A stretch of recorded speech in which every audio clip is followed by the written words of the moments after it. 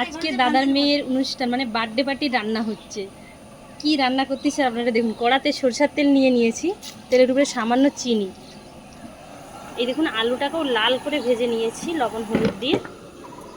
এইখানে হচ্ছে পেঁয়াজ, কাঁচা লঙ্কা কুচি, আর হচ্ছে রসুন বাটা, লঙ্কা বাটা, আদা বাটা, জিরে বাটা, টমেটো। এই সব জিনিস দেখে বুঝতে পেরেছেন আমি আজকে কি রান্না করতেছি। আজকে হচ্ছে স্পেশাল চিকেন বিরিয়ানি রান্না হবে।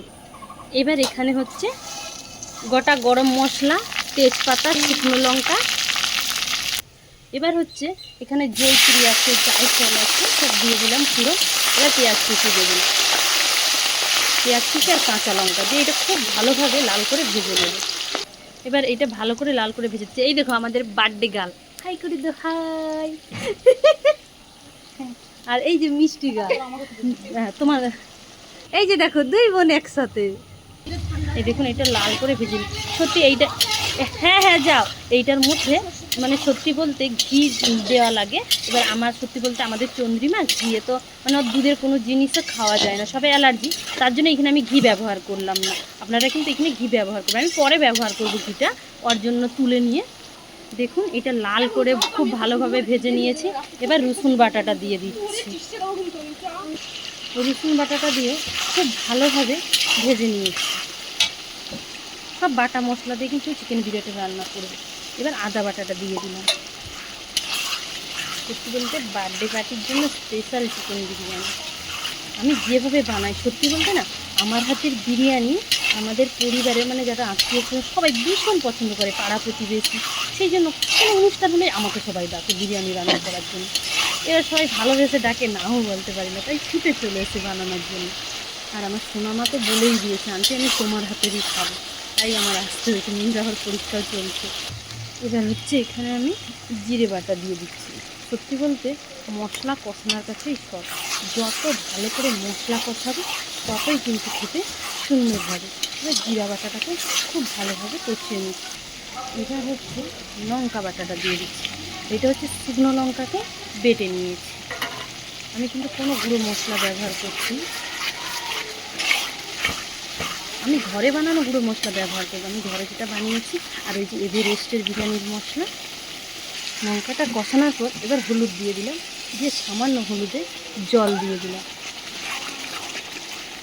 দিয়ে ভালো করে মশলাটা হলুদের সামান্য জল দিয়ে কেন জানো, হলুদের একটা গন্ধ থাকে না, তাহলে গন্ধটা আসবে না। এবার এখানে টমেটো কুচি দিয়ে দিলাম। এবার এখানে একটু লবণ দেবো, এবার সামান্য একটু লবণ দিয়েছি। একবার যেভাবে বানাবেন অবশ্যই বাড়ির সবাই পছন্দ করবে। এবার হচ্ছে তো এভারেস্টের বিরিয়ানির মশলা প্যাকেটের এখানে একটু দিয়ে দিলাম।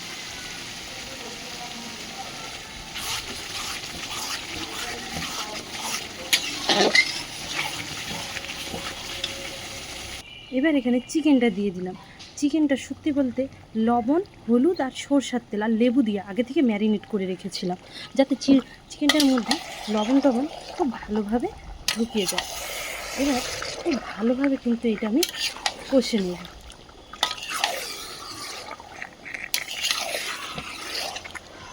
যতটা ভালোভাবে কষে নেব, আমি কষিয়ে দেখাচ্ছি। এই মাংসটা এই দেখুন কষা হতে হতেই কিন্তু জল বেরাচ্ছে, এখানে কোনো জল যাবে না, এটা কিন্তু পুরো কষা কষা হবে, তবেই খেতে কিন্তু টেস্ট হবে। ভালো করে কষে নেব। এই যে চিকেনটা আমার কষানো হয়ে গেছে। গোলাপ জল, কেওড়া জল, মিঠা আতর,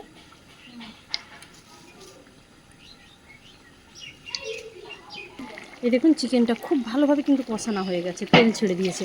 এবার সেই গোলাপ জল, কেওড়া জল, দুধের মধ্যে মিঠা আতর দিয়ে দিলাম। এবার হচ্ছে আমার এই যে হাতে, হ্যাঁ আমার হাতের এই ভাজা মশলাটা দিয়ে দিলাম, আর একটু সেই এভারেস্টের বিরিয়ানির মশলার প্যাকেট। সব মশলাটা দেওয়া হয়ে গেছে।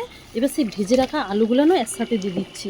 যারা আপনারা ডিম পছন্দ করেন ডিমকেও ভেজে রেখে এরই মধ্যে আলুটার সময় এই যে চিকেন আরিয়ে দিলাম তখনই দিয়ে দিবে। এইভাবে অবশ্যই কিন্তু একবার বানাবেন, ভীষণ সুন্দর লাগে। এবার এখানে একটু আমি ঘি ব্যবহার করব। যারা বেরেস্তা পছন্দ করে তারা এখানে একটু বেরেস্তাও দিয়ে দিবেন। ব্যাস আমার হয়ে গেল। এদিকে রাইসটা বানানোর জন্য ভাতের চাল দিয়ে দিয়েছি।